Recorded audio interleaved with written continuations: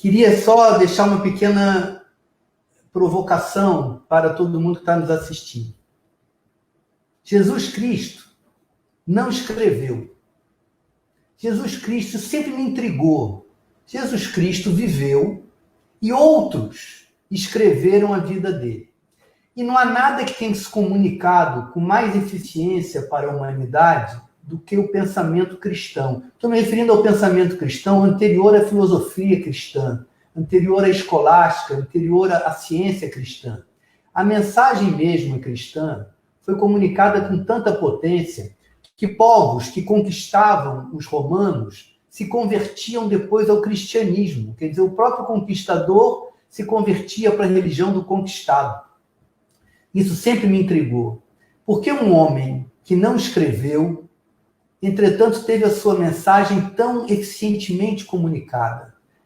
E aqui deixo a suspeita e a possibilidade de várias possibilidades de respostas para uma questão tão ampla, né? Tão abrangente.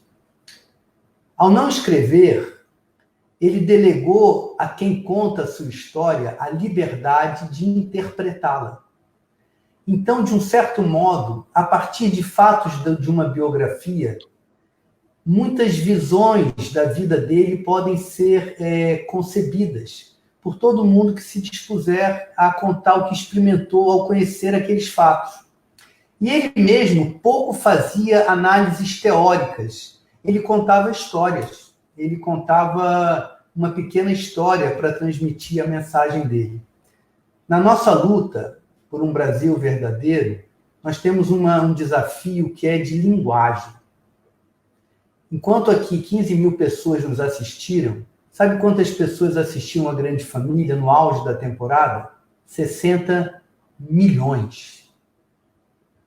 60 milhões de pessoas. Só para a gente ter uma ideia do tamanho do desafio de comunicação coletiva que está posto para aqueles que querem falar a verdade. Fica então essa provocação. De que modo enfrentarmos a questão da linguagem para transmitirmos a nossa mensagem de modo que ela seja recebida como uma mensagem honesta? Muito obrigado e vai agora você aí, Eduardo. Considerações finais.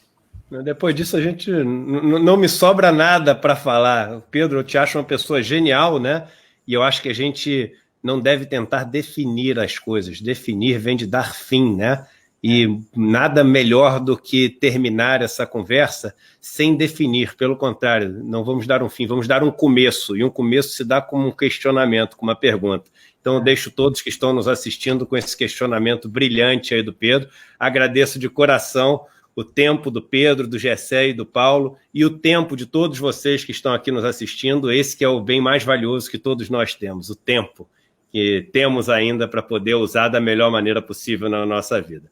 Um beijo com todo carinho, de todo coração, e nos vemos em breve.